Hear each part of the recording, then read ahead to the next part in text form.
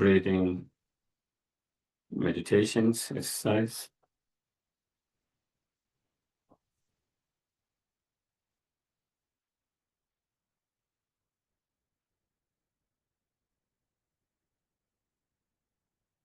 Make yourself relaxed, comfortable. Try to keep your back straight.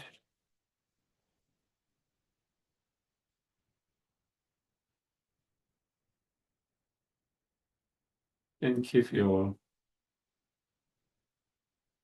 mind or the attention to the breath, watching mindfully.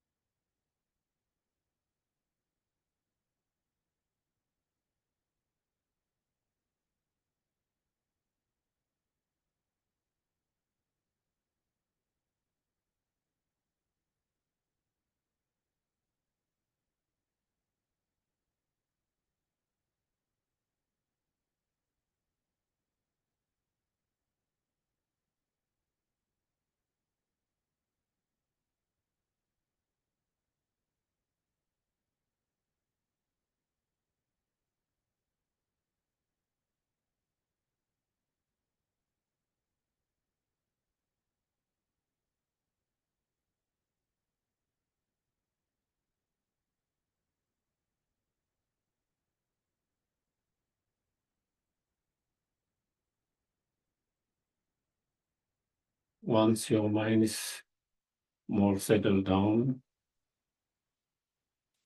and quiet, then we can reflect, contemplate. There is nothing more meaningful and beneficial in our life than to be able to be help benefit to others, not just only oneself.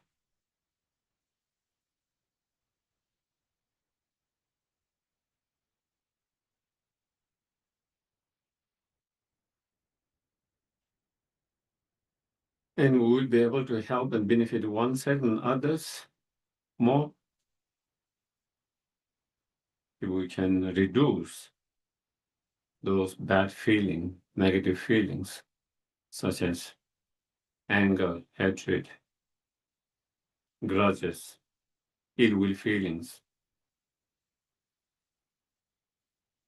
harmful feelings, and attitudes.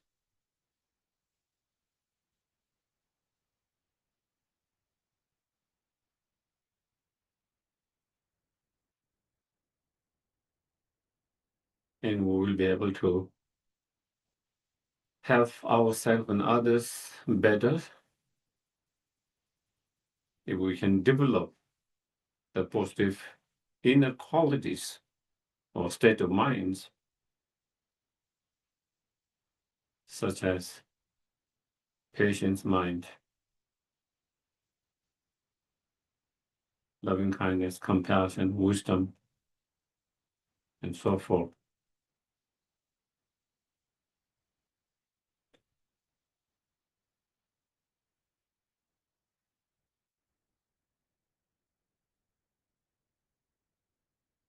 Therefore, it's quite clear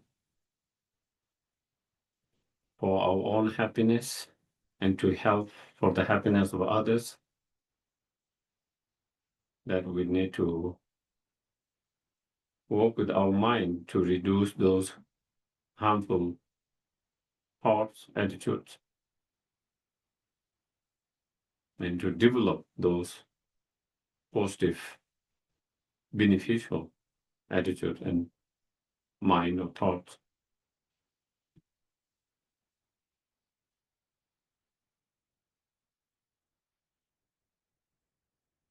To do that, we need to reflect, contemplate, meditate, practice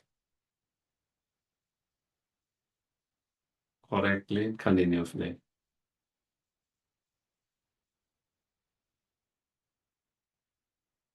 And for that, we need to continue to learn, study, and continue to remind ourselves the importance of those practices, as we forget sometimes.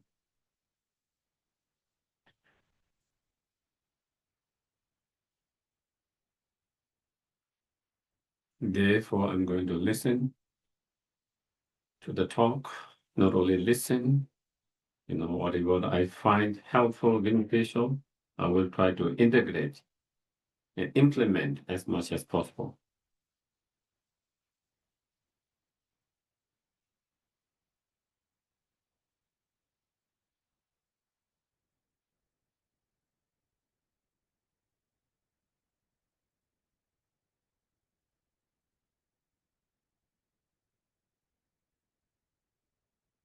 May all of us coming here together to listen, to be here together.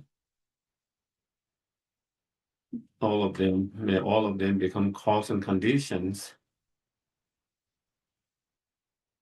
to obtain our highest potential, the fully awakened state.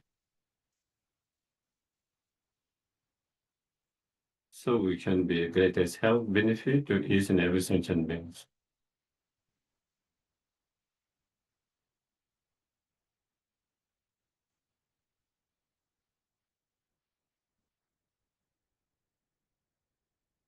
Okay.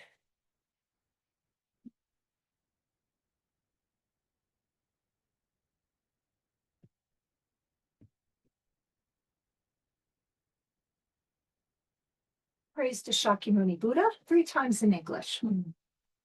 To the founder, the endowed, transcendent destroyer, the one beyond the flood destroyer, completely perfected, fully awakened being, perfect in knowledge and in good conduct, Siddhartha, knower of the world, supreme guide of human beings to be taken, teacher of gods and human beings, to you, the completely and fully awakened one, the endowed, transcendent destroyer, the glorious conqueror, the subduer from the Shakya land, I prostrate, make offerings and go for refuge.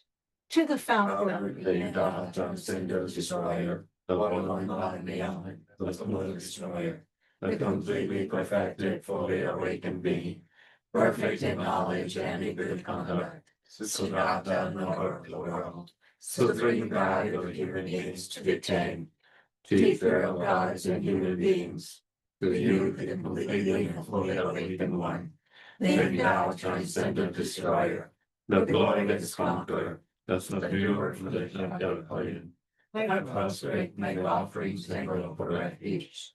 To the founder, the endowed, transcendent destroyer, the one gone beyond, the whole destroyer, the completely perfected, fully awakened being, perfect in knowledge and in good conduct, Siddhartha, knower of the world, supreme guide of human beings to be tamed, teacher of gods and human beings, to you, the completely and fully awakened one, the endowed, transcendent destroyer, the glorious conqueror, the subduer from the Shakya land, I prostrate, make offerings and go for refuge. Short mandala offering, once in Tibetan.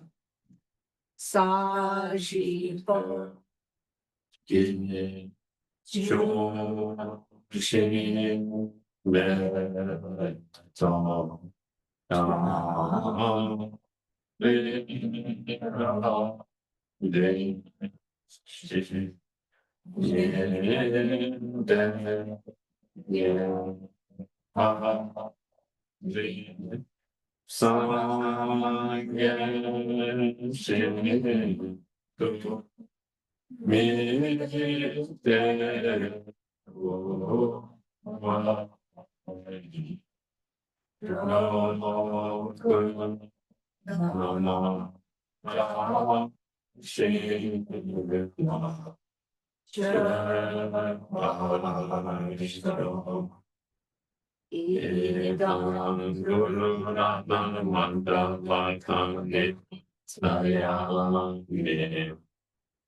Refuge and bodhicitta, once in English, twice in Tibetan. I go for refuge into the land of light, to the Buddha of the Dharma and the Supreme Assembly. By the merits I create through listening to the Dharma, may I become the Buddha Lord to many of all sentient beings. Sangye Cherdam Soye Chonam La Janju Badu Dharne Kyatsu Chi Dagi Chöje Jebe Sonam Ji Drola Pencher Sangye Drupa Sho Sangye Cherdam Soye Chonam La Janju Badu Dharne Kyatsu Chi Dagi Chöje Jebe Sonam Ji Drola Pencher Sangye Drupa Sho. So again, welcome everyone, and again, lovely to see all of you. And so last week and today we are going to talk on this particular topic of patience based on Shantideva's Guides the Bosa Way of Life, chapter 6. Of course, in chapter 6, there's very, very long. So in 2 sessions, would not be. So I will just kind of take some up from some points here and then talk that. And last week we talked about, the harmfulness of the anger,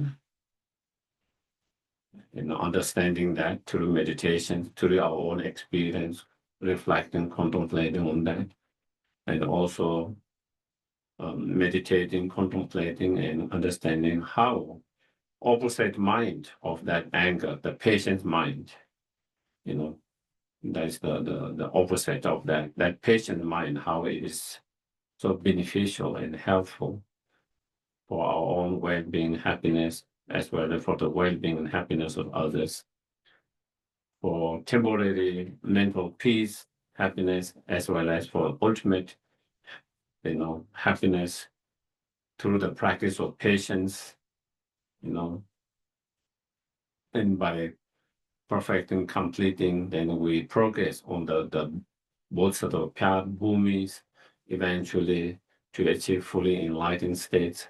So, the cause of fully enlightened state is one of the cause is perfection of the patience,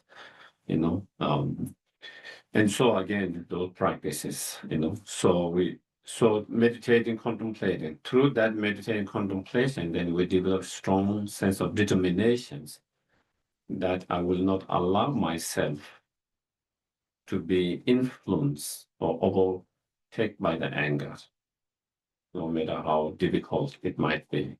I will put all my effort so that I don't allow myself to be in that negative state of anger, hatred, harmful attitudes, and also making strong determination. I will try all my best according to my capacity, understanding, and practice to develop this patient's mind, to be able to keep my mind undisturbed and unagitated by whatever it happens, no matter what, how bad the situation is, no matter how painful the suffering is, no matter how bad that person is, that, I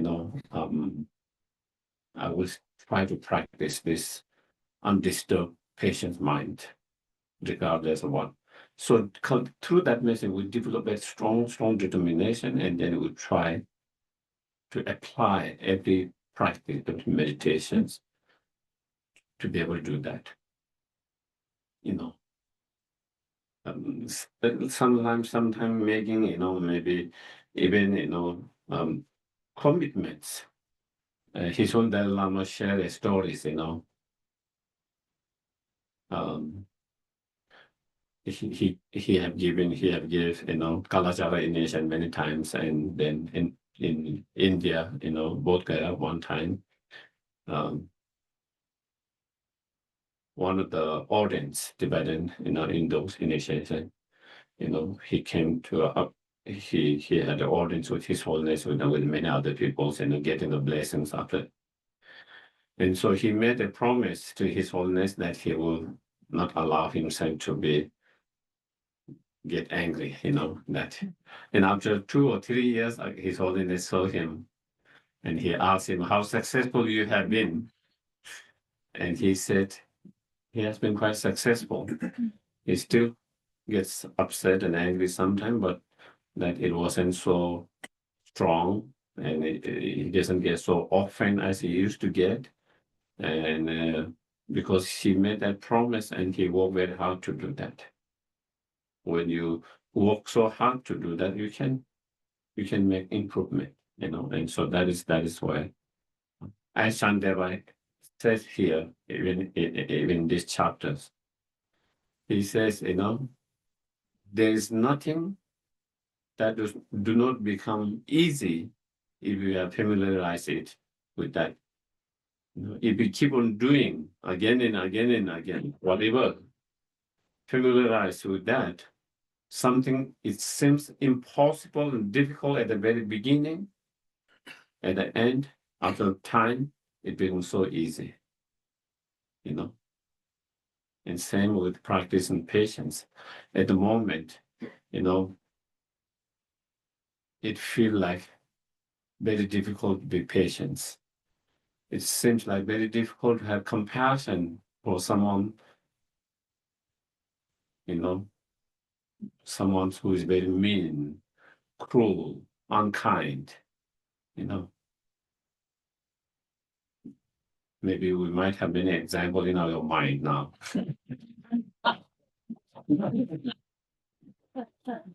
And sometimes it's hard to feel compassion for such individuals, such persons.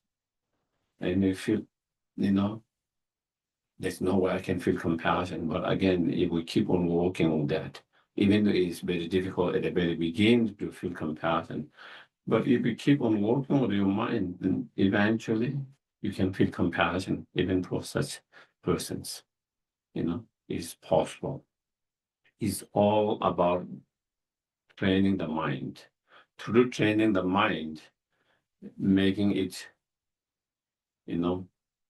with training mind, when you repeat that same exercise of meditations again and again and again and again, it becomes very familiar with that. And when you become so familiar with that, without much effort, and then you can do very easily without putting any much effort, and it can become more natural, more spontaneous, and so that's as Shantideva mentioned here. So that is where, if we put effort and continue to practice, is possible, because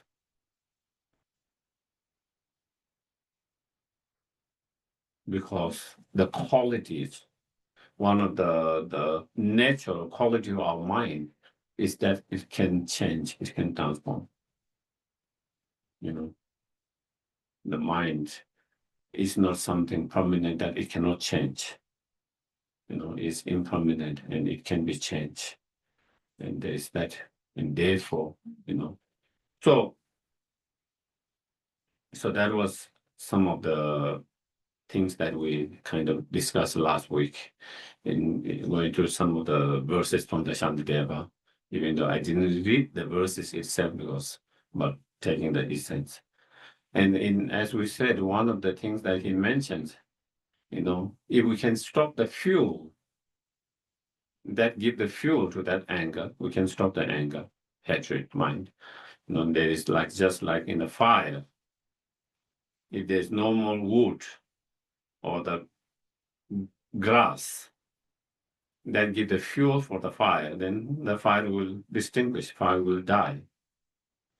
First, it will not start, and there's no fuel to start with, But if there's fuel to start with, and if you stop giving more fuel, then it will stop. And so he mentioned one of the fuel that give rise to anger is our unhappy mind. And if we check, that is what it is, our unhappy mind. When you are not happy, your mind is not happy, everything can disturb you. Small noise. That dog can annoy you. That dog sound can annoy you, make you upset. Someone shouting there can annoy you,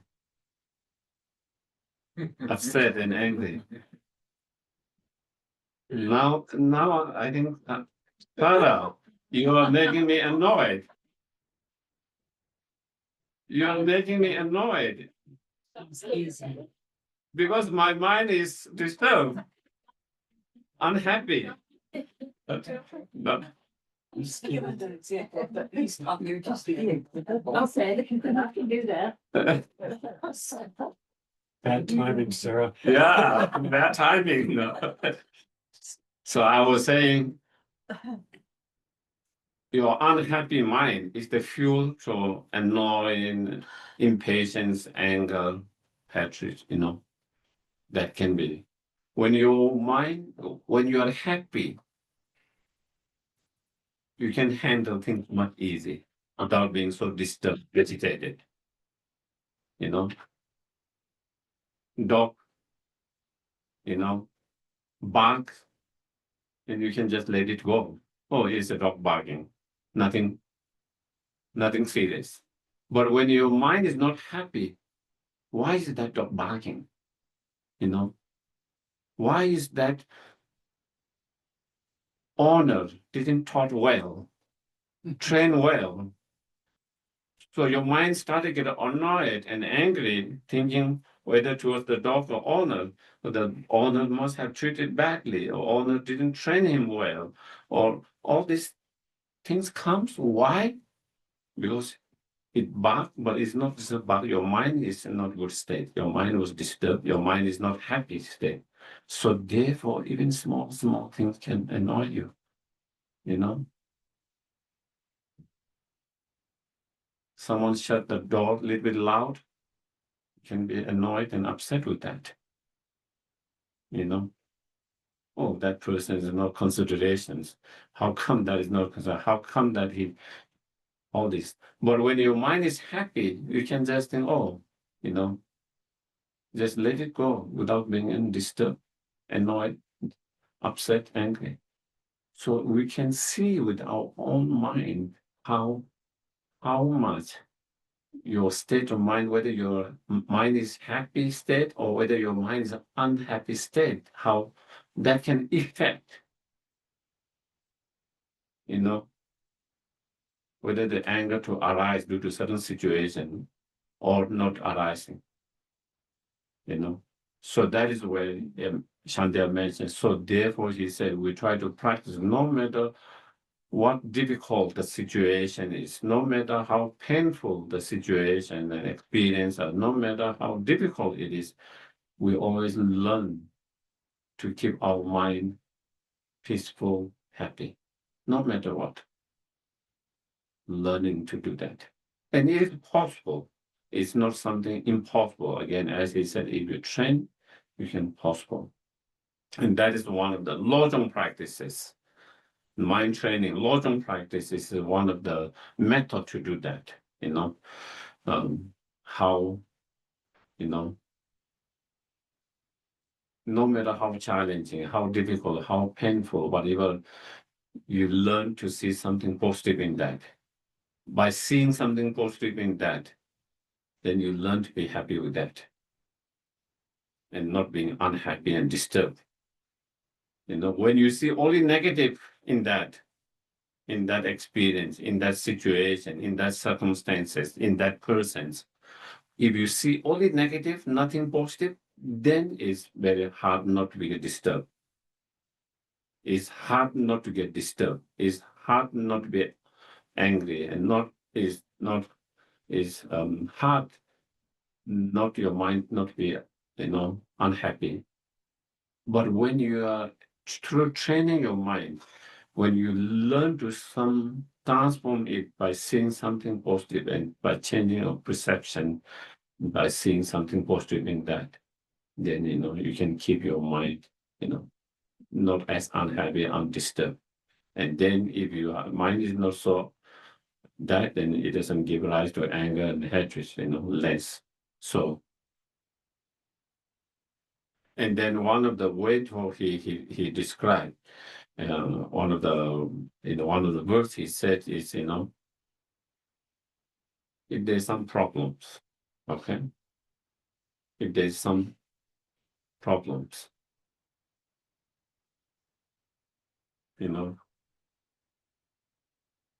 analyze, investigate whether that problem has solution or not, whether that problem can be fixed or not, whether the problem has a remedy or not. If you, having analyzed that, if you see the solution, the problem can be solved, there is a solution to the problem. If the problem can be remedied, if it can fix, if there's a solution, why worry so much about it? Why allow yourself to be so unhappy about it? Why you become so fearful about it, worry about it, be so unhappy about it? Because it is something that can be fixed. Because it's something that can be fixed. Because it can be solved. There is a solution. So instead of worrying yourself, being so fearful, being so unhappy about it, try to fix it, because it can be fixed. Try to apply the remedy, the solutions, and then not be so unhappy about it. On other hand, when you analyze, and if you see it's something that cannot be fixed, there's no solutions, it cannot be fixed, why worry about it? Why be so unhappy about it? It's because there's nothing you can do about it. So you are just wasting your time, your energy, by just thinking too much about it, by worrying too much, being so fearful about it, and being so unhappy, because it's nothing you can do about it. So through such way of reflecting, contemplating, there are two possible, and by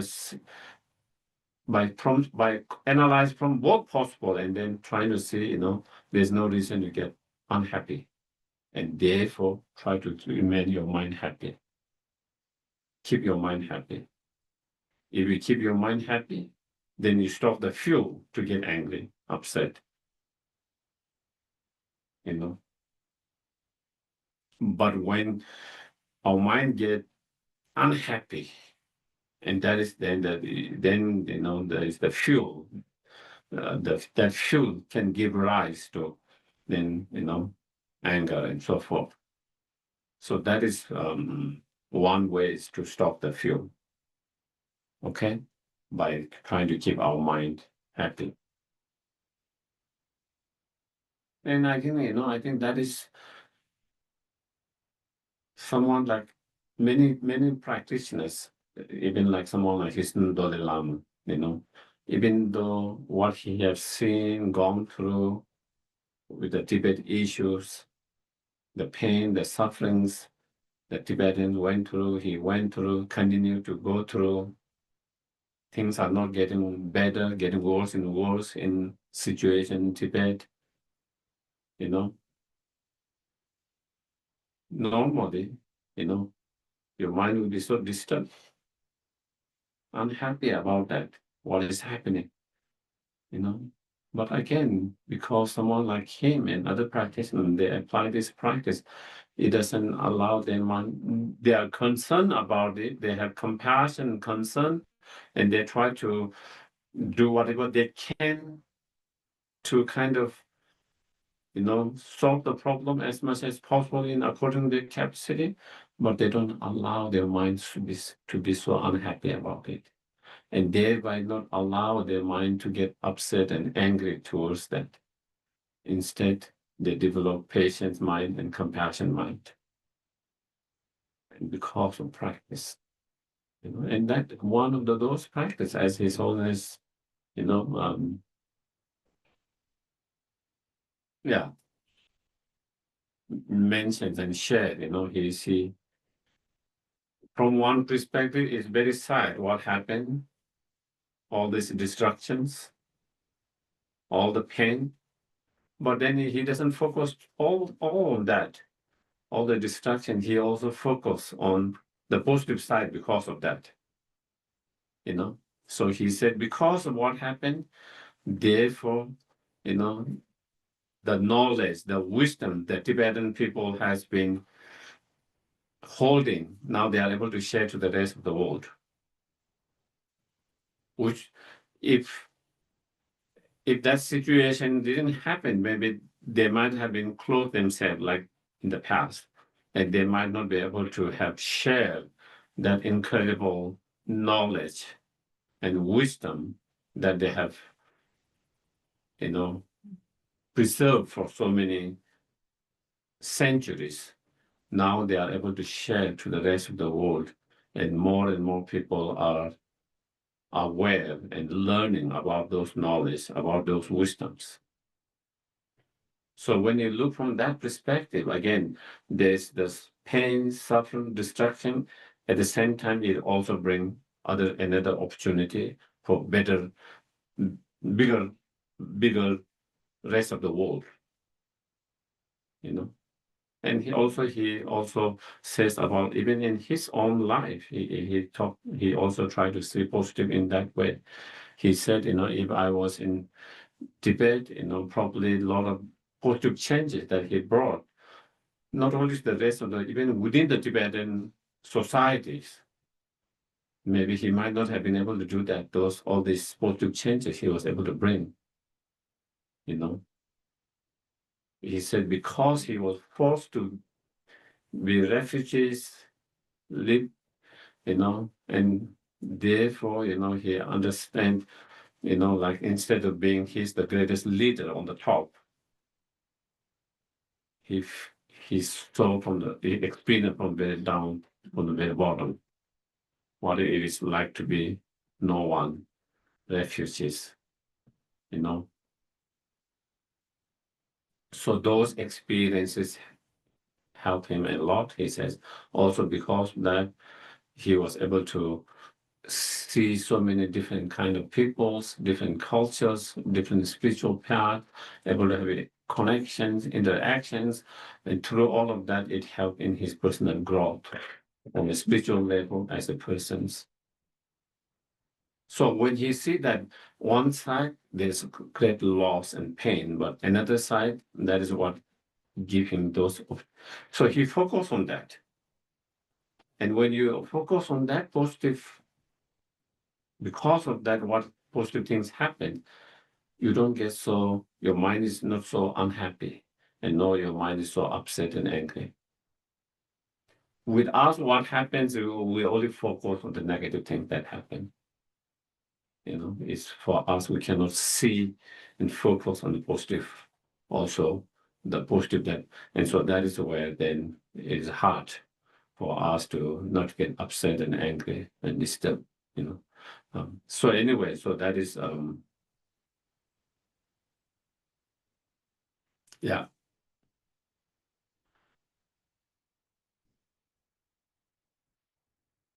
So that is where you try to train to see, you train your mind, not only focus on the painful negative side, but also you try to see the positive side of because of that situation, because of that pain.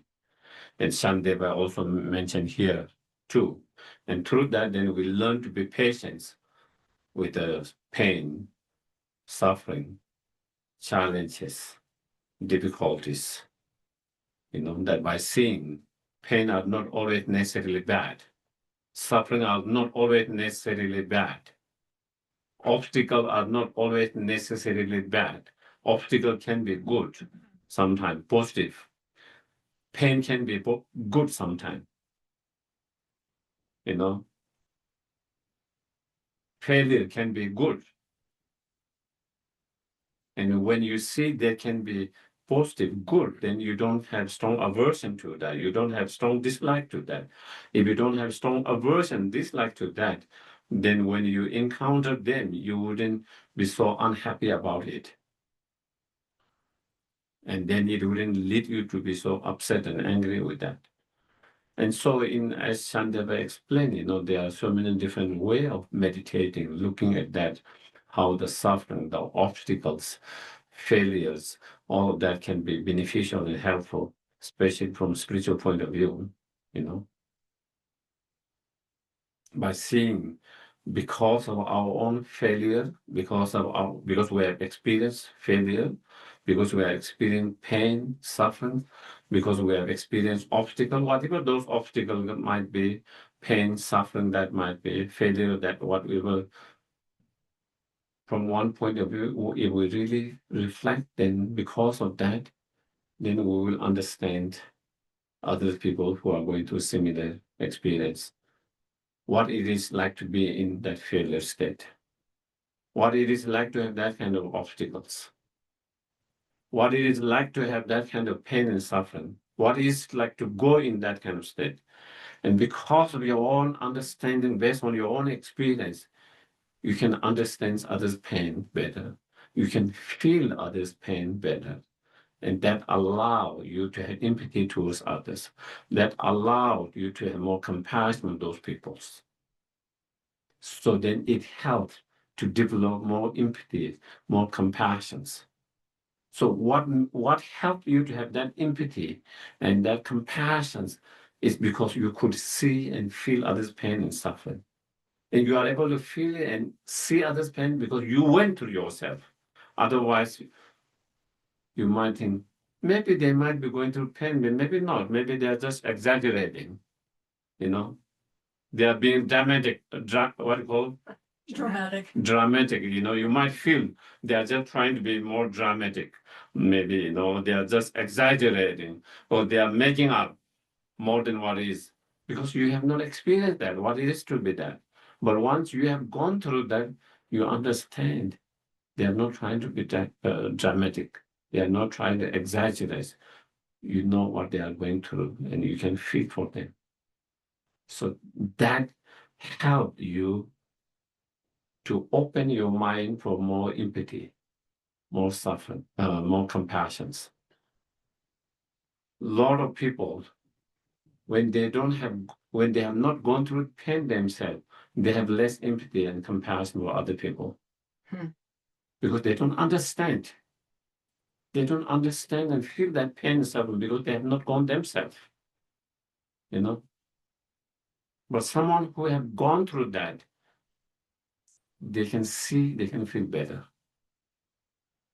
And so that is where, again, from that perspective, if we look from perspective, those challenges, those pain, those sufferings, those failures has helped you to become more empathy, more compassion, which is what we want to develop, which is positive qualities. And therefore you think, oh, the pain wasn't bad. It was painful, but it made me strong. It made me more compassion, more empathy now. The obstacles, even though it was obstacle, but again, it made me, again, understand other people's and better and to feel their pain better and to be able to feel empathy. So you started to see positive coming from because of that. And if you see something positive because of that, you have less aversion to that and less dislike aversion. And if you have less aversion, dislike, when you encounter them, when those things manifest in our life, a different corner of a different corner, a different period of life, we can manage better without being so unhappy about it, without being so upset and angry about it. So that is the one, that one can look, try to meditate, As also Shantideva mentioned, because of the pain and sufferings, again, it helps us to be more grounded,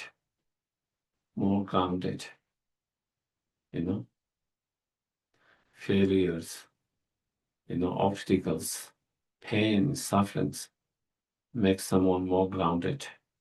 On the other hand, when you don't have failures, when you don't experience failures, obstacles, pain, sufferings, sometimes we can get,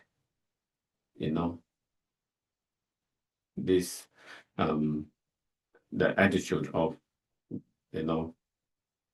kind of what you call supreme mentality of supremacy, kind of arrogant. You might not be grounded. You might be flying, floating,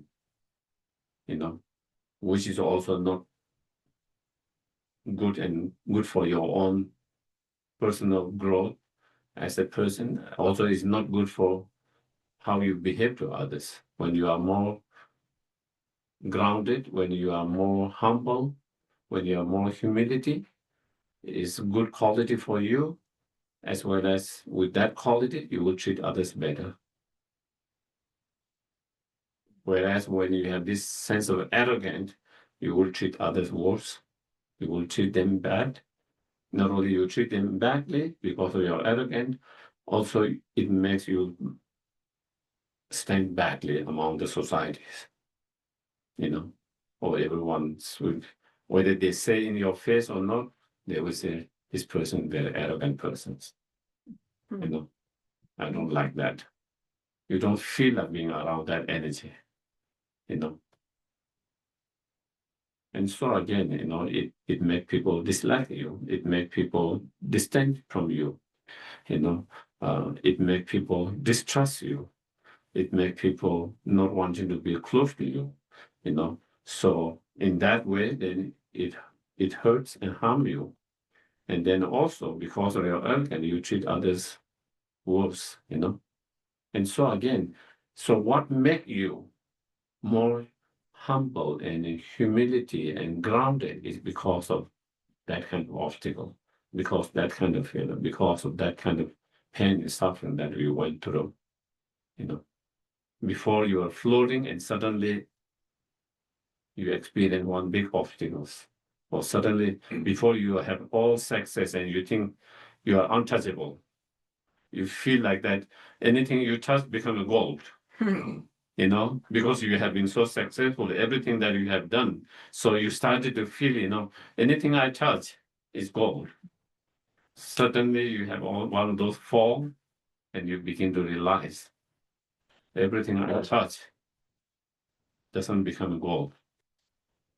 Then you started to be more grounded, to the reality. So then it helped you to be grounded because of that.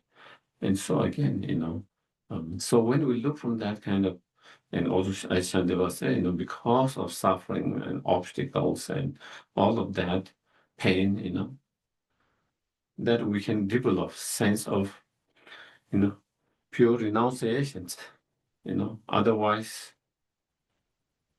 we don't have pure renunciations. If we don't have pure renunciation, we will be stuck in samsara all the time. We will be stuck in the samsara all the time. Even if we're in prison, we're not aware we're in prison. That's the problem. You will never realize you are in the prisons. And so you think this is not prison, so you don't try to get out of it. But once you realize it is what you are in is a prison, then you started to think of getting out of it. And you started to think, get out of it, and you started to get out of it, and you can get out of it. Otherwise, you are stuck in there all the time. And at the moment, I think that's what we are. We're stuck in samsara continuously because we haven't understood true nature of what samsara is. Once in a while, when life becomes difficult, not so easy, we think, oh, this is what samsara is. Oh, this is what samsara is. But for few seconds, few hours, few days, few weeks, maybe a few months, if it lasts, maybe sometime, maybe a year, then again we're back. Then again we don't feel it is samsara, then again, and then we get again distracted from our practice. We get distracted from practice.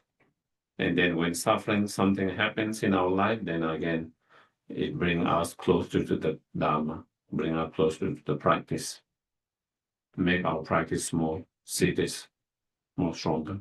So again, from this perspective, that's how we learn to see all these suffering, obstacles, difficulties as something positive, because it all helps to our spiritual growth on so many different levels. And from that point of view, we learn not to have so much strong dislike towards them. We learn not to have so much dislike towards them and not so much aversion to them. And if you don't have a strong aversion, strong dislike, you will be less unhappy when you encounter them. Your mind will be less disturbed when you encounter them. Your mind will be less upset and angry when you encounter them. You can have more peaceful, undisturbed mind, patient mind. So that is as Shantideva, he go through many different example of that.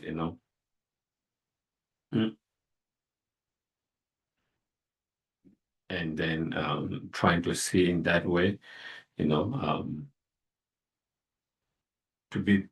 to have patience with all these things, difficult, challenging things. Yeah. And also he mentioned, training the mind. We try to be okay and happy and patient with starting with a small discomfort, small. Sometimes maybe we might feel a discomfort with the heat, cold. At the moment, you want to fix everything perfect. It's too cold, it's too hot. We don't have patience to endure, go through a little bit of hardship, little bit of discomfort. Immediately we try to fix it to have the right temperature. And then we try to bring that concept to every part of our life. Just as I can have the right temperature wherever I want to, then we have that mentality in every situation. I want to have just how I want, not more nor less. No more nor less than how I want exactly. It's not about how you want. It's not about how others want. It's not about what really situation is about. How can I control to state where exactly how I want? And that has become the problem in our life. And since we are unable to do that, whenever we lose that control, because we cannot control like the remote control there, and then we get unhappy, disturbed, agitated, unhappy,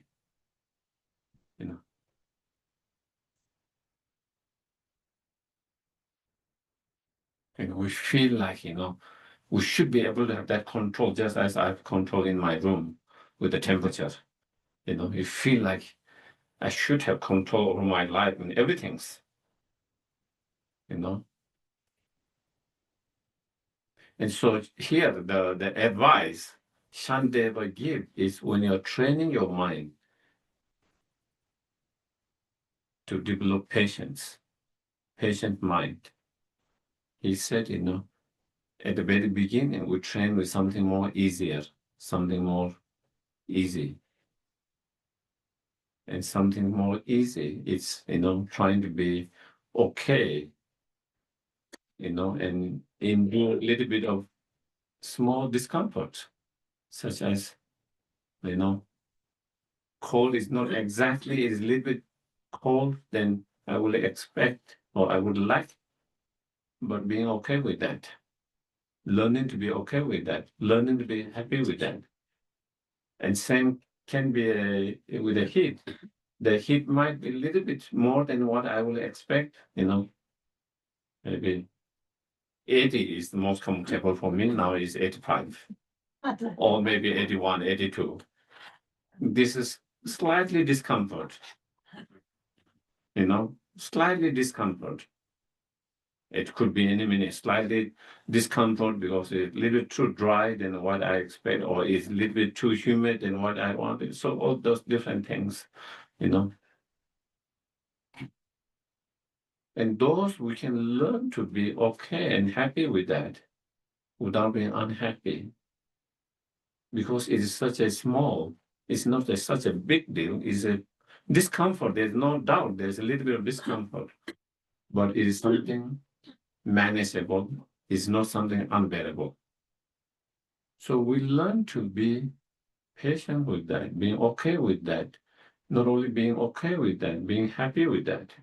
And slowly, slowly, as you train your mind, then we train to be okay and happy with even a little bit more discomfort, even more challenging.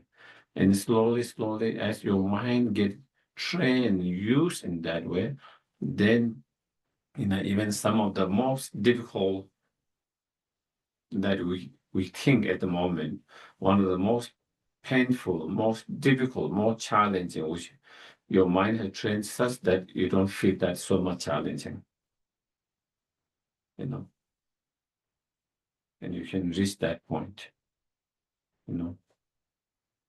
Just like even in body, I think the body also have that ability to adjust, People who live in extreme cold, people who go through some places where they are not used to cold, and then they live in the colds.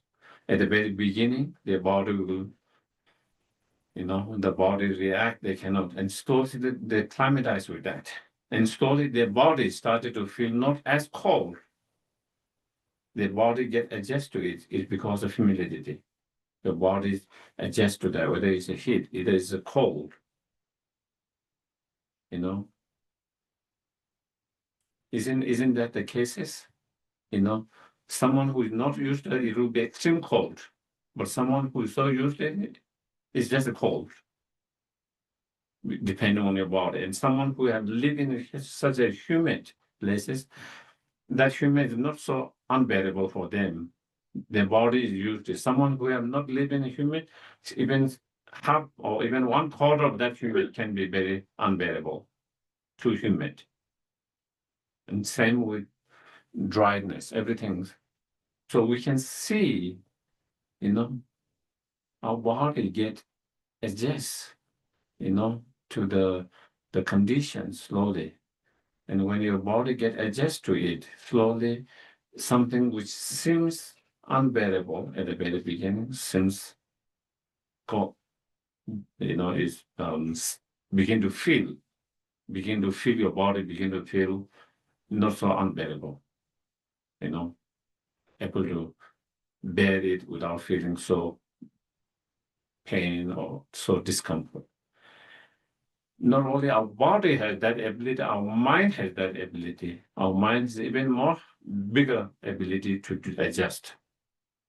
And so it's training mind. And so that's where you train to be okay and happy and, not disturbed by small discomfort, and slowly, slowly, high level comfort, and then slowly, slowly, even the most biggest problem, then your mind get to so train and adjust to that, that you don't feel that problem anymore, such a big problem. You don't feel that pain as such a big pain anymore. You don't see that obstacle as such a huge obstacle anymore. And if you don't feel the obstacle as a big obstacle, pain, all of that, your mind is less unhappy and your mind is less disturbed. And so that's where the training comes. That's where you start, the starting point of in patience. We don't start with this small, and then when big things happen, then our mind is not used to that. Our mind is not trained to do that. So you try to be patient, it doesn't work in that moment. It's like someone's body who is not trained, used to that immediately from extreme heat, they throw to that extreme cold. Their body cannot adjust to that. It has to be trained, climatized. That's why when they are going higher, climbing the mountain, they have to climatize their body. Same way our mind need to climatize in that training, starting with small, bit by bit, every day, day by day, week by week, month by month, year by year. Yes. Oh, Yeah. what do you think about using drugs to give patients?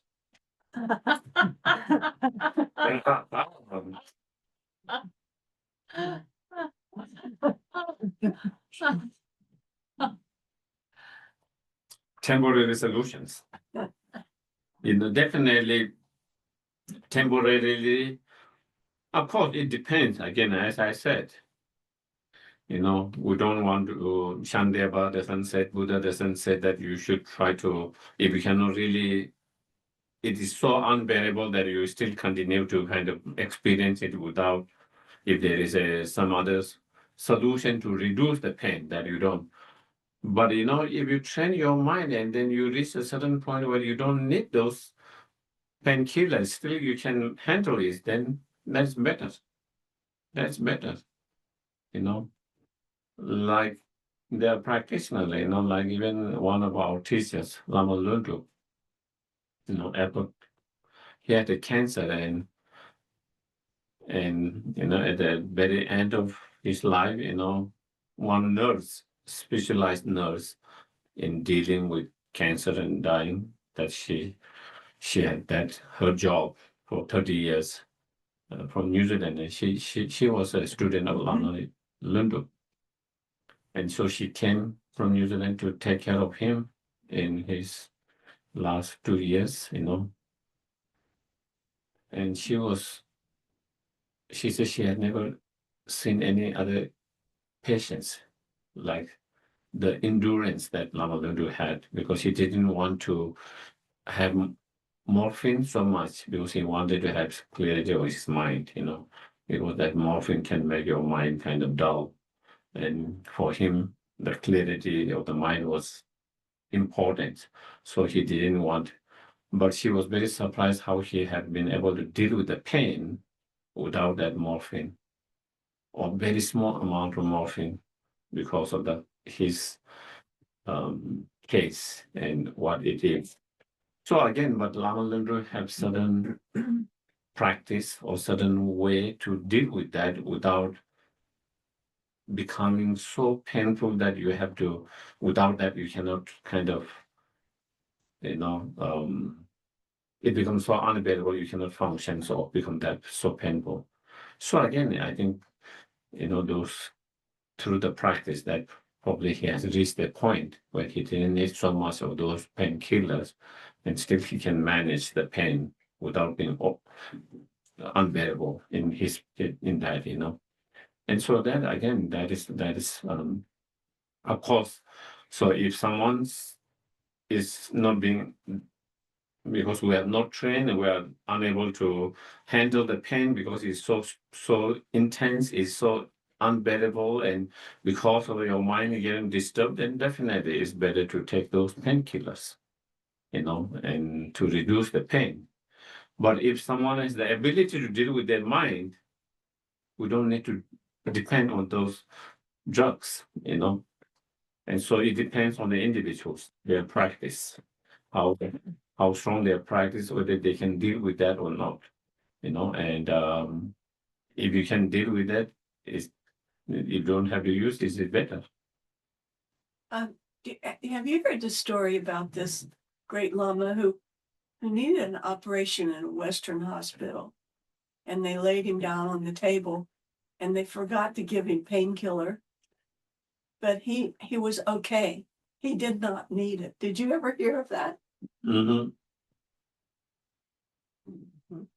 I've not heard that story, but it can be possible.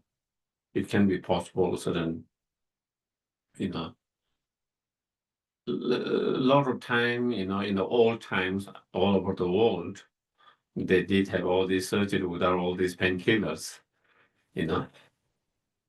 when they were taking the truth, with the pliers, they take that, and people manage that, Of course, they didn't have other better options at those times. I think, of course, we don't train our mind, and as things develop, get better, we seem to become less and less patient. We used to have more patience because there's less options. But as you have more and more options to make it less painful and better, then we tend to lose those patients that we used to have.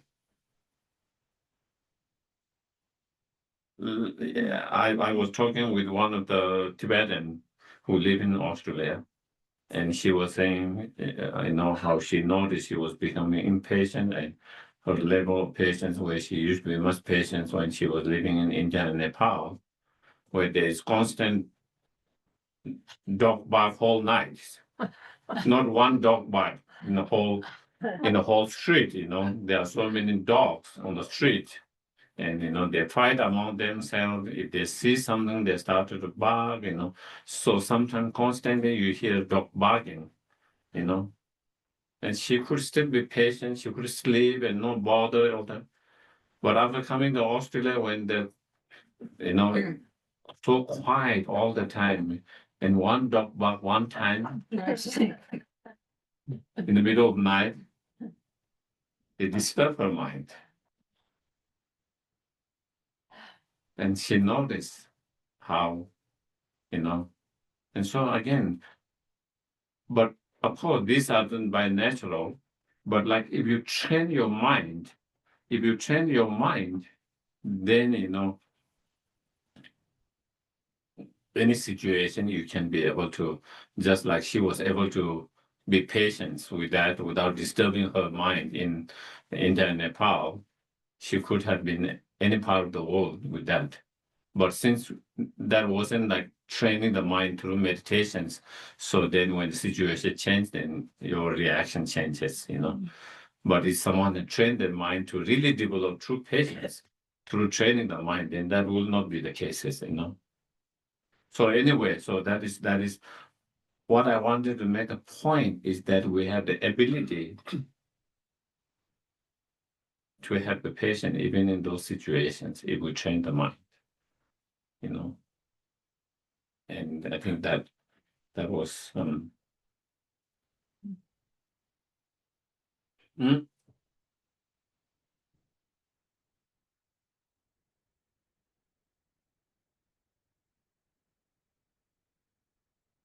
And then next, so this is more of being patient with our pain, challenges, difficulties, obstacles, and so forth. Another is being patient with those individuals who are harmful, harmful, mean, cruel, again,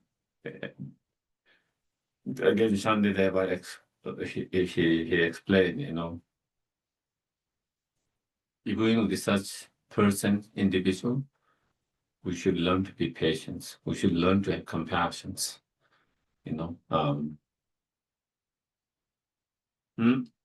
So again, is one thing to say we need a patience, but how to do patience, how to have the patience is the key. And so he explained again certain different meditations of different reflecting, contemplating, seeing, having different perceptions. And through different perception or different understanding, then you can have patience instead of anger. So one way of contemplating that he talked about is,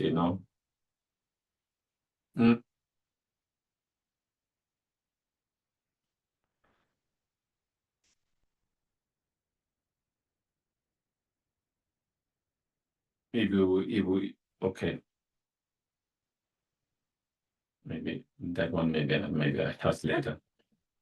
One of the problems there is so much, so I don't know, to which ones, because he used so many different reasoning and logics, and to have a different understanding, and through that, then not being disturbed and agitated and angry, one of the things he said is,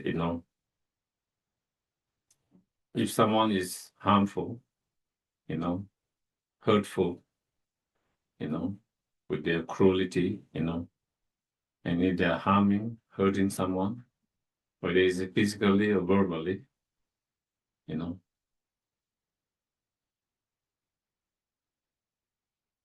what harms the other persons?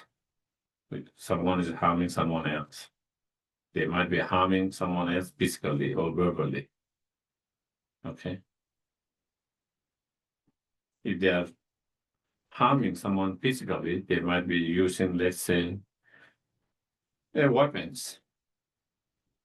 Whether it's a gun, shooting a gun, or hitting with a knife, or whether it's a stick, the example given stick, but again, it can be knife, gun, whatever, to take someone's life or wound someone's, all with a harsh speech, humiliating, with, putting them down, that kind of speech hurt, in front of everyone's, making fun, making the object of laughter with a harsh speech. So in that cases, what really hurts that person's in terms of direct hurt is because of the weapons. Whether it's gun, whether it's the stick, whether it's the knife, what really hurt physically is the gun. In terms of speech, what it is, the words that can really why that person felt so hurt and harmed.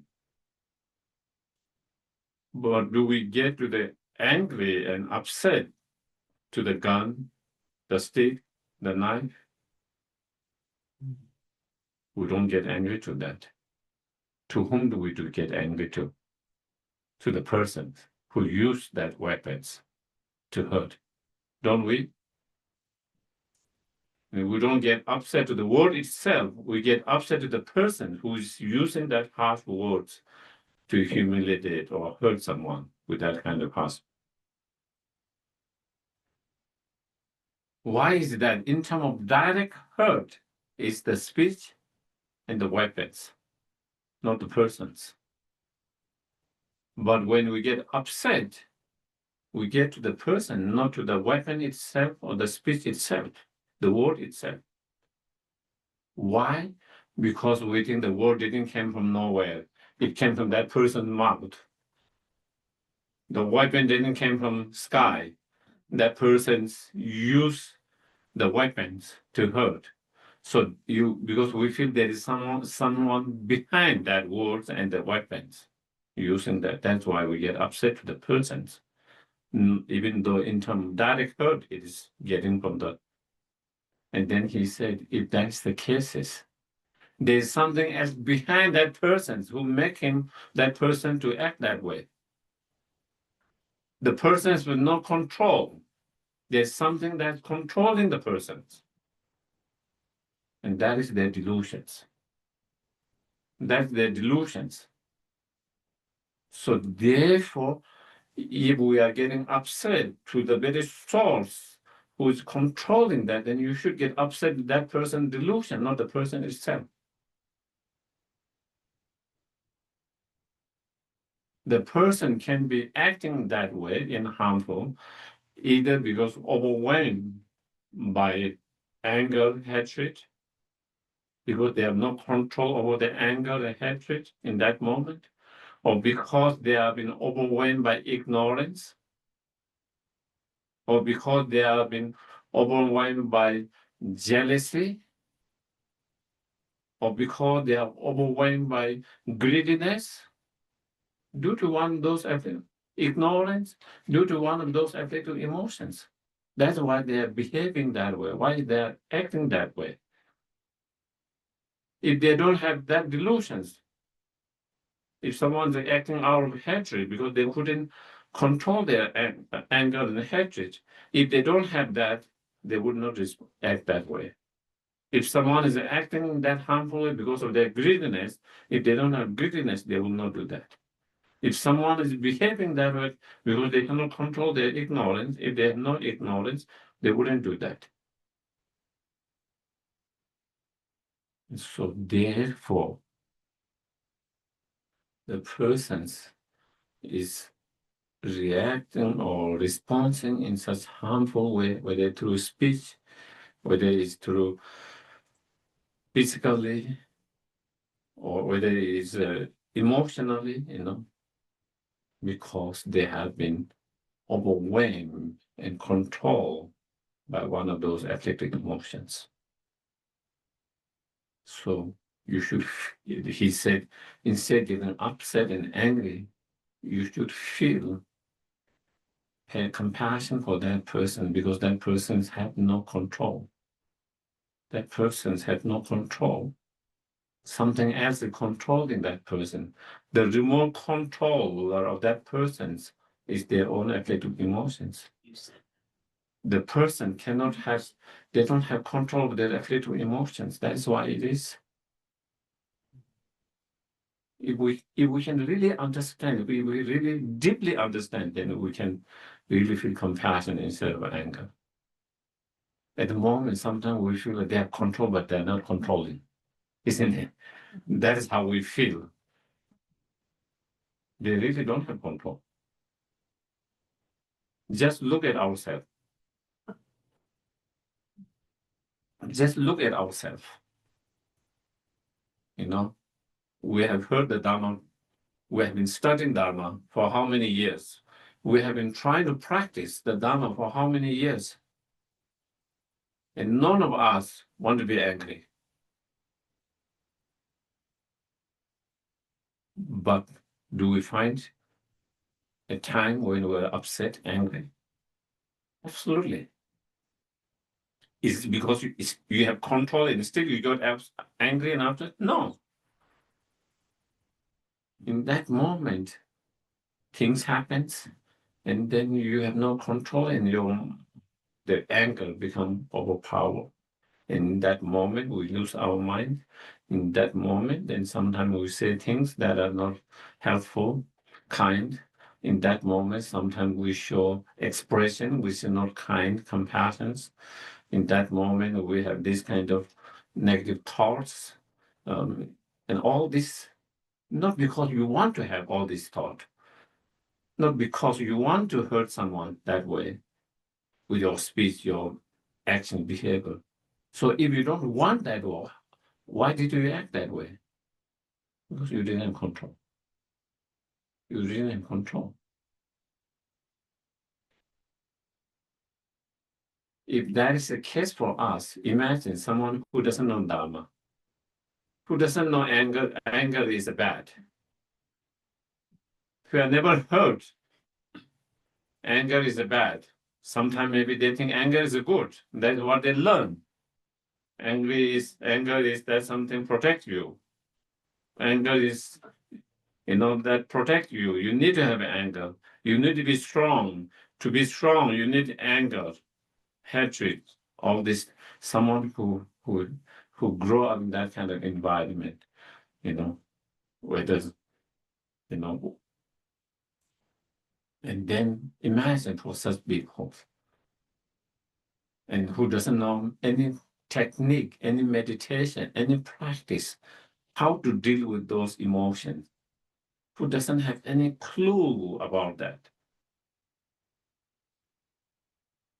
So you can imagine those people, how they can be overwhelmed and by those kind of emotions so strongly, so strongly. Even those who understand and tries to practice through so much effort, even they struggles sometimes to control those mind. Even they struggles to control. There's someone who have no tools, someone who doesn't know how to control those mind, who doesn't have any clue, any tools. Definitely, you know, they have much more difficult to control their mind by those emotions. You know, it's just like even in the animals, you can see some animals maybe might have been abused or whatever problem they have, they might be aggressive, but then one is be well trained and one didn't get any trainings. You know, even with one who are trained, still they can have some aggression time to time because of strong imprint. But who have not trained, they have out of control. They don't know how to control.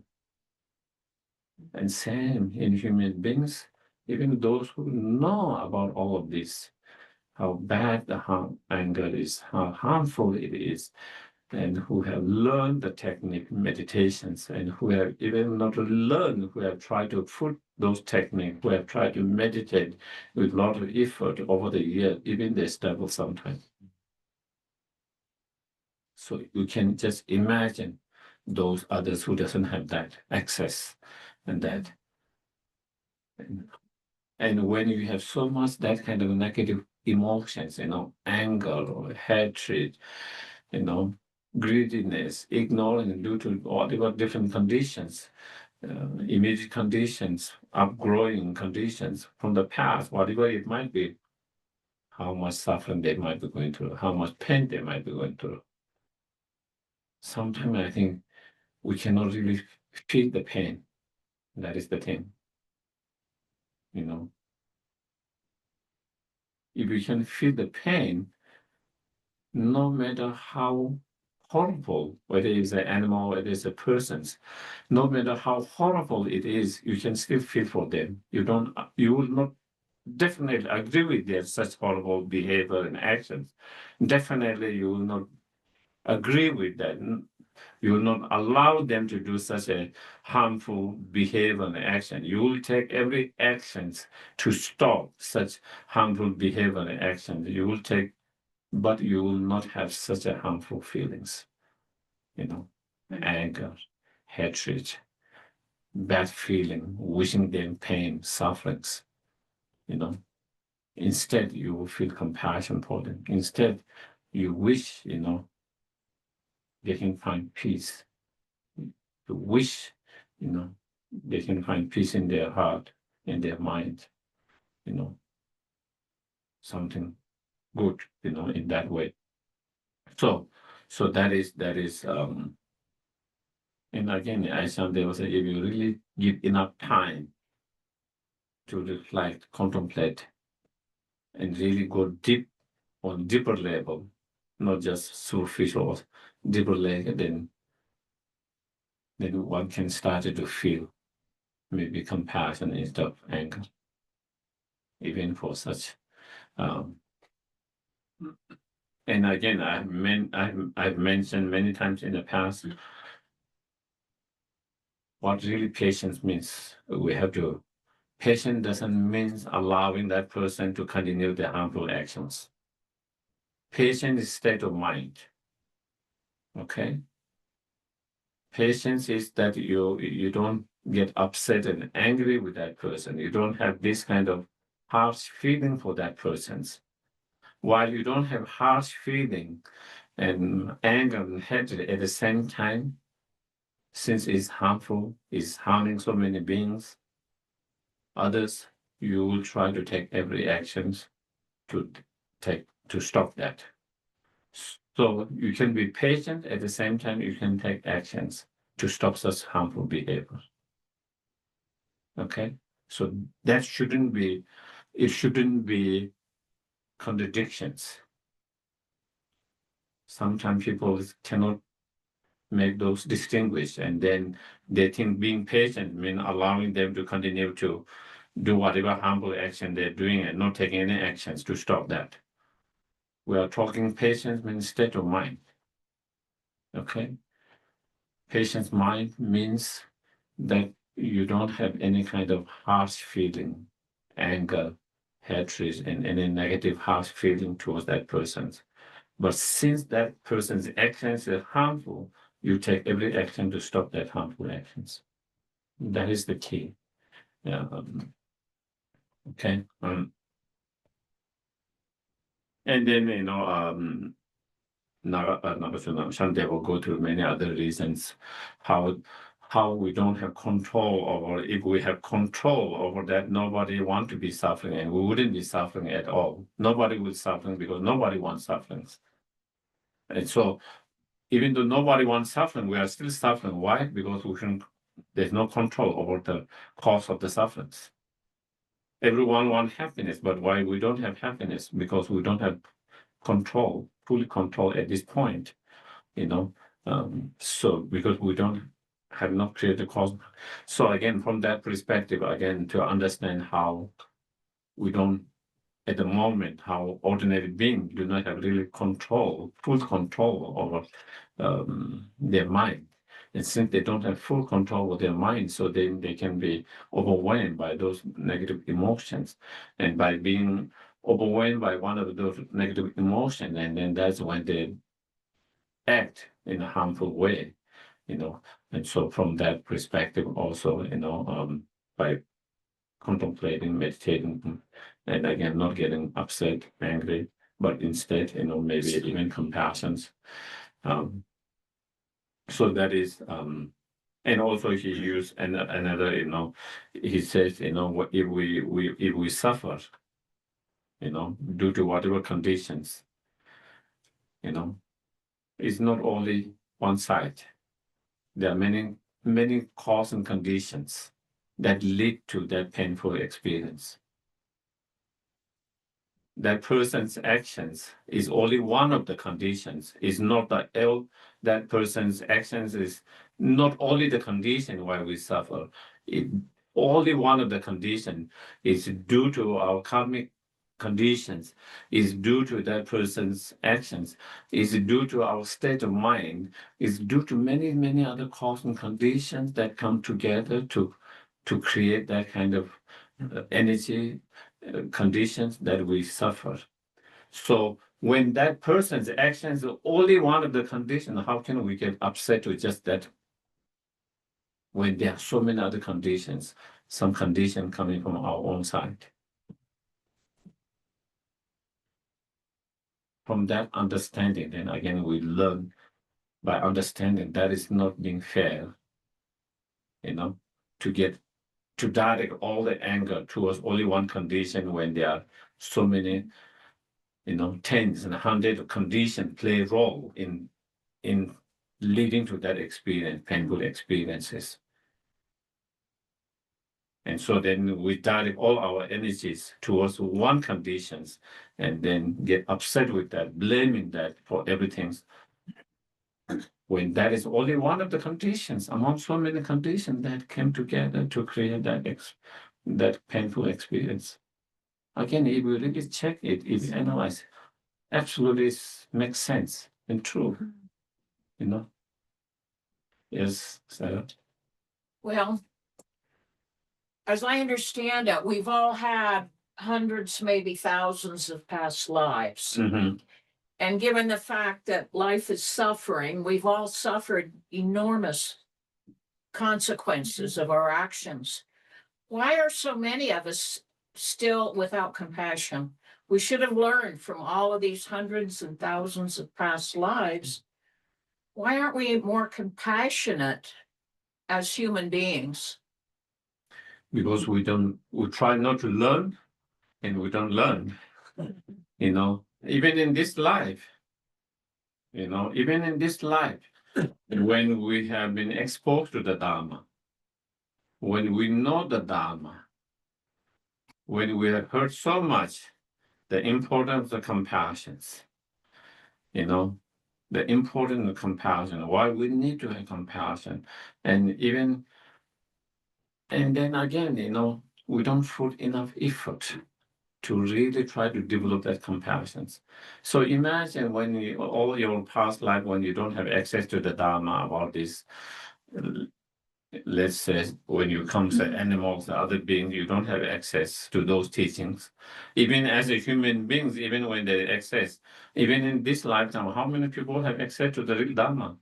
How many people really know about the importance of compassion, what compassion is about, why it is so important, why we need to cultivate compassion? There are still a lot of people who think compassion is not so important. Compassion generated automatically from the suffering that you fear, that you experience now, because you generalize it to every other person that is also suffering. It doesn't. No, it doesn't. It doesn't come naturally. You have to train your mind.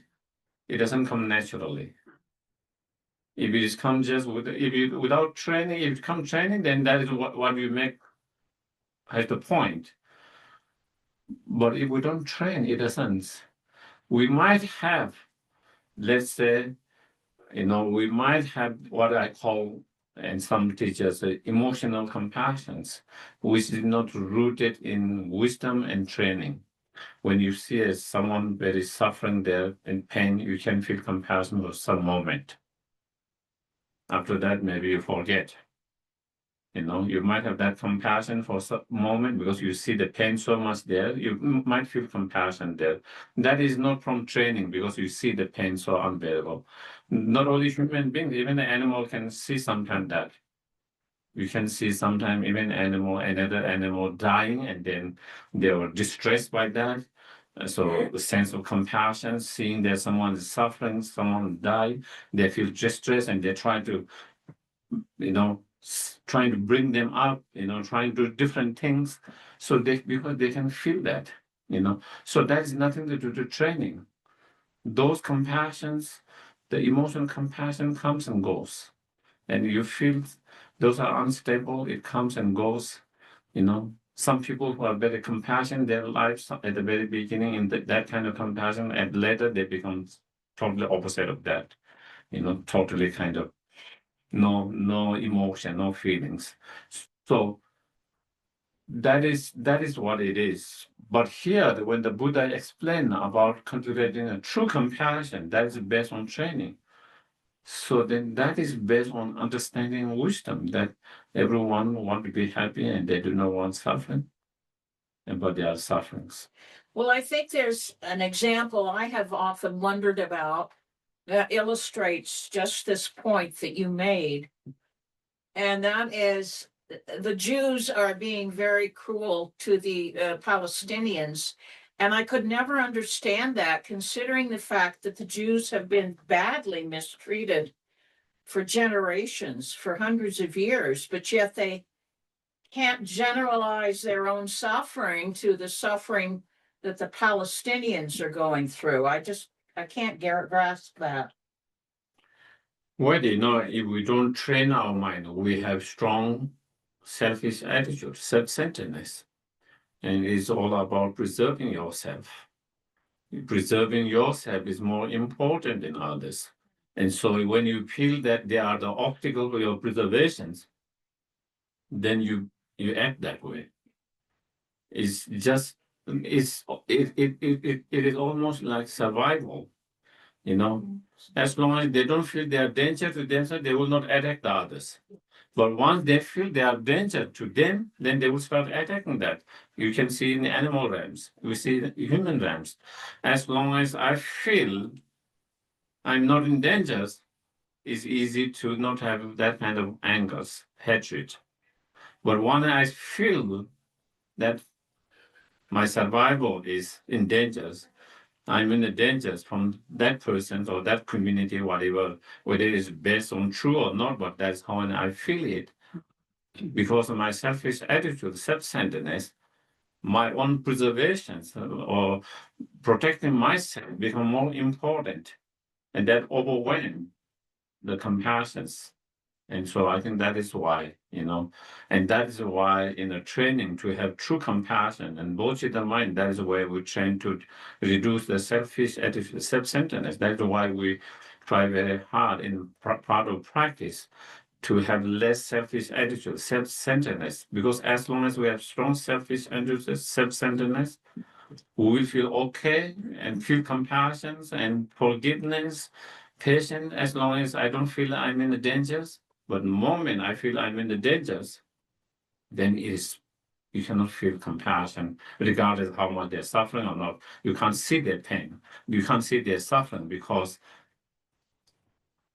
it is all about myself and I'm in danger from them. Yes, please. So if I were to ask you what is genuine compassion, would it be overly simplistic just to say it's the wish for others to overcome their suffering? Or is that too simplistic of an answer? Yes, I think maybe that might be too simplistic, even though the definitions is that. But if we are talking about really developing true great compassion that we are talking about, then it is the sense of in your mind taking the responsibility to free the others from suffering and cause of suffering. So in your mind, that you have taken the responsibility in your mind that I will free the others from suffering and cause of sufferings. So that is, I think, what it is. Sometimes I can wish someone to be free from suffering and cause of suffering, but I might not take responsibility myself. I wish they are free from suffering, cause someone else to do that for me, not myself. Do you get it? In terms of wishing, I really wish them to be free from sufferings. I really wish them to have success, happiness. But who's going to make that happen? Not me. I'm waiting someone else to do that job. So, but when we talk about true compassion, then in your mind, you take that responsibility, Of course, whether you have the capacity or not, that is different. Whether you have the capacity, ability to do that or not, but in your mind, you have this sense of taking responsibility that I will, and is in terms of true compassion, is unconditional. Also that is another factors. It has to be unconditional. Whereas many of our ordinary emotional compassions are very much conditional. I feel compassion because he or she has been nice to me. But if he or she has been hurtful to me, I don't feel compassion. Maybe even he or she in same situations. Maybe I might even be rejoicing. You need that. You deserve that. That is how you feel. You deserve that. And I'm happy. It's happening to you. Sense of satisfaction, sense of joyfulness in other pain and sufferings, because that person has been so harmful to me, or my family, or my friend, this and that. So that but on someone else, someone who has been very kind, compassionate, nice to me, when I see that pain and suffering in life, you can feel for them, You really wish them to be free from suffering, and you try to. And that is what it shows is conditional. That is conditional compassions. True compassion should be unconditional, regardless whether someone has been kind to you, beneficial, or someone is harmful, someone has been more neutral, regardless of what. You feel compassion because on the basis that they really, everyone wants to be happy and do not want suffering, and they are suffering. That's all. When you talk about whether we have the capacity or not to actually alleviate someone from suffering, how do you work with that? Because I feel like there's one argument that says, well, never give up. But at the same time, like, how do you use your time well? Yeah, I mean, just to be on practical level, of course, that can be very big ideas and very big pictures we talk. But let's say, you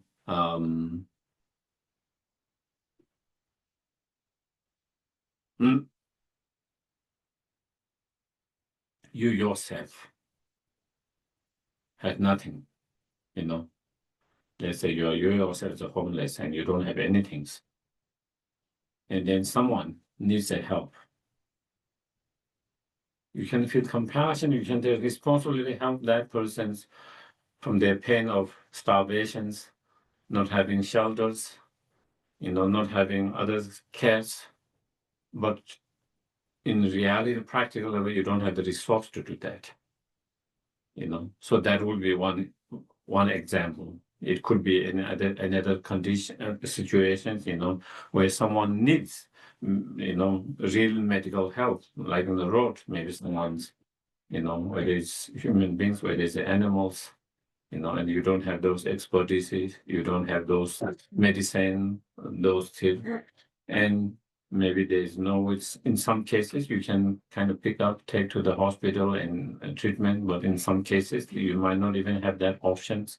It's too late, or you don't have the the vehicle or something to take them. And again, in those days, in terms of your intention, your mind, you really want to save that beings, you really want to help to release of them, but in practical level, you don't have ability to do that in that moment. In those, and that can be applied in many different levels of different, Yeah. You have something, Joe? Yes, but I have to remember it. I think like when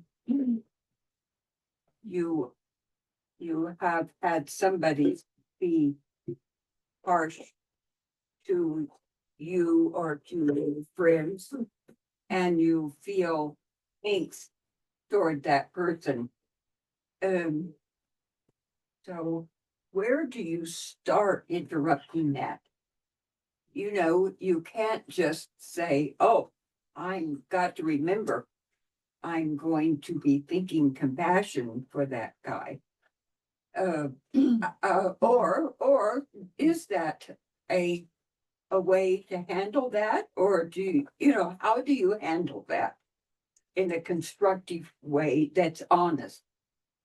Well, first you recognize that you are angry and upset. A lot of time you are not even aware of that. Yeah. And that is the thing, You are upset and angry, and even you might have a harsh feeling for that, but sometimes, a lot of time, you are not even aware of that. The first thing is being aware of that, recognizing that you are upset and angry, and you are having this bad feeling, negative from that. And then, then you can think, why is that person, just as we just talked about, we just went through all of that, this person might have harmed me or harm some of my friend or whatever, because they don't have control over themselves, because of maybe there was due to ignoring, there were misunderstanding, maybe they were overwhelmed by some other emotions, anger, or maybe they are overwhelmed by that. A lot of things, because of that, they are suffering themselves. They are going through a lot of things. They are not hurting me and harm or my friend or family, because they have total control over, and they could have stopped harming, but they did hurt it, because they don't have control, because they were not overwhelmed by those emotions. If they have control over their emotion, they will not allow that emotion to arise. If that emotion doesn't arise, they wouldn't do that way, they wouldn't harm that way. So through that kind of reflecting, contemplating meditation, that Yeah. it's just like we see some animal, whether it's dog, who has been, let's say, abused, when they are young, and then because of that, they might have certain aggressive behaviors, and they can be aggressive sometimes, but their situation, that because of that abuseness and all of that, that is why they have that kind of fear and scare, and because of that, they are responding that way. So you can feel compassion for that, even though you don't agree and don't like the aggressions, and you would like to train them not to be aggressions, but you understand where it's coming from, and so therefore you can feel compassion and wanting to help more, to less to be fearful, less to be um, um, less scary, and thereby less aggressions. So same, we try to apply same with the human beings. Thank you. And there's something else that I've had a really hard time finding some positive aspect to it, and that's our climate crisis. And it feels like it's difficult to find some kind of value in that situation. Well, sometime in every decade, in every century, in every generation, they feel like this is the worst time. And not necessarily that's the truth. Sometimes that is how they feel. Lot of time, and same even in the Buddhist teachings, some of they talk about degenerations, and it feels like, but sometimes if you look, in some situation it seems degenerating, in some situation it seems it's improving. So again, there's kind of mixture of all different things. Definitely, I think there's more maybe contribution to the climate change because of industry and because of all these things. At the same time, there's more awareness, and also there's more willingness, even though, of course, it's not perfect, but trying to find out solution to fix it. And so we should look at kind of, that way. And also sometimes we can only sometimes our understanding is based on what record we have. We don't have so much record of many years ago, and we don't know what it was to compare with that. So within that short period of what we have recorded, seems it's getting worse, But it could change also. Who knows, it was not worse at one time, and then again it can go that way. It doesn't mean that we shouldn't try to fix it. So again, I think, and also sometimes, what I feel is you do what you can instead of allowing yourself to all these things. Sometimes I see people wearing fearful, or they don't do anything to change that. They don't change their actions. They don't change their customers' attitude. They use all these things that contribute towards the climate destructions. They're not willing to change themselves, but then they worry so much, fearful and all that. Whereas I see some people who are not worried, not fearful, but they're trying to do what they can. His Holy Dalai Lama is one of them. He said every place that people, like hotel and everything, he even light, he doesn't switch on unless whenever he go. That's his contributions in terms of climate. Not using bathtub, what's called bathtub, because it uses a lot of water. That is what his way of conserving the waters. Even he had choose to, even he can do that very easily. He doesn't do that. He tried to turn off lights when it's unnecessary. All those actions that he brought in his everyday life. And of course, he also tried to share about the importance of the climate change and how everyone should take actions. And he encouraged in the monastery, the Tibetan everywhere, that but they don't. But he doesn't go in this crazy thing. Oh, this world is going to get, going to go distraction tomorrow, next this next decade, whatever. So I think the main thing is we understand the situation, the distractions, the portfolio of further distractions, and what can I do from my side, regardless of what others do. Not from my side, how can I contribute to make it less? And you try to do that as much as possible, and then not allow your minds to be so crazy about that. And that is all. And I also try to follow his Holiness advice as much as I can. I will try to use less waters, less electricities, buying less, all of that, and whatever way you can contribute in small way.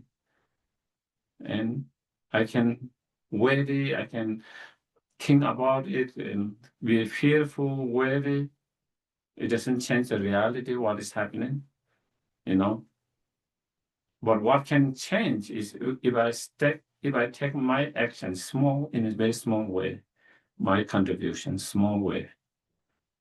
And that is like drop of water. And if everyone put that drop of water, then it can have a big effect on bigger level. And sometimes what happens is,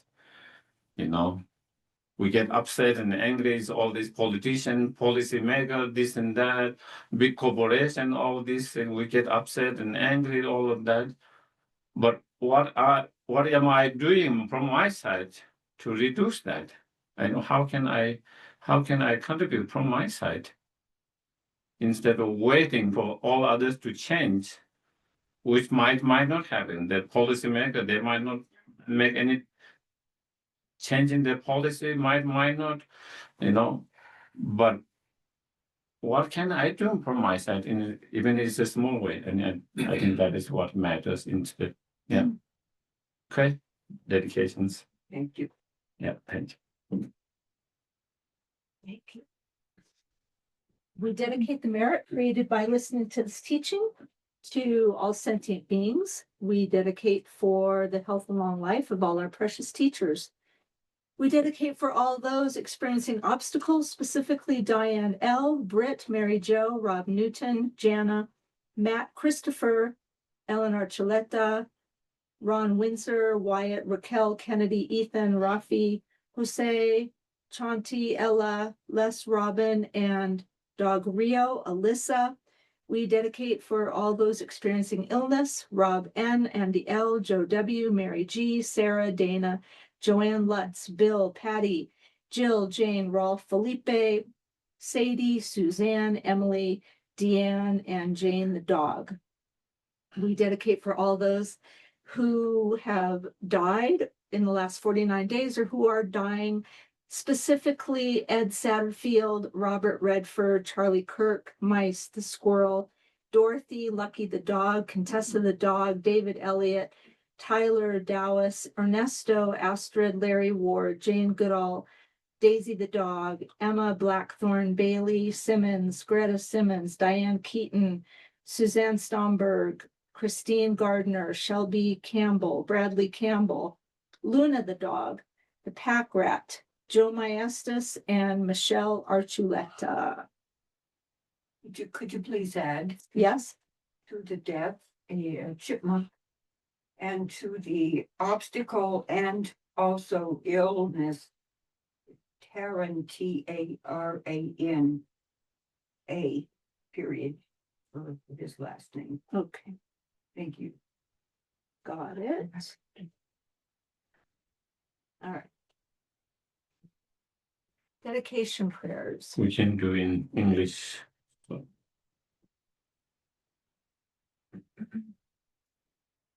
Due to the merits of these virtuous actions, may I quickly attain state of Buddha and lead all living beings without exception into that enlightened state. May the supreme jewel of knowledge together and honor wisdom arise and grow. And may that which has been not diminish, but increase more and more. Long life prayer for His Holiness the Dalai Lama. The wish granting, wish fulfilling jewel, sword of every single benefit and happiness in this world. To the incomparably kind and to the life of speech. May all your holy wishes be spontaneously fulfilled. And for the swift return of Lama Zopa Rinpoche's reincarnation, peerless teacher and sensei of the victorious Sherab and Prati Masters, Masters, all all the objects of refuge of infinite lands. Be still. Sorry about that.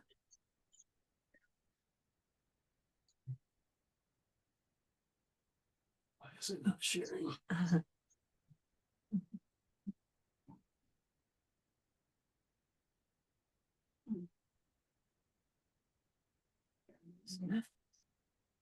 All the objects of infinite lands, please bestow the virtue and goodness of accomplishing this prayer here and now. Holding and spreading the Muni's precious and complete teachings through acts of wisdom and practice. You, Lord, in honor of patience that is never discouraged, incomparable venerable Guru, to the loving request. Watch the single pointedly for the sake of the victorious lost teachings. Gateway through their small benefit and happiness on earth. And from other living mothers what are great loss? Nevertheless, the epistemic truth of the blessings of the ocean of the free jewel, and the great ways of Bodhicitta. May the smile of reincarnation swiftly glory for fortune society. Thank you very much, everyone. Good night. And I know today we went a little bit half hour late, so sorry about that. Remember the Okay, good night. Thank you.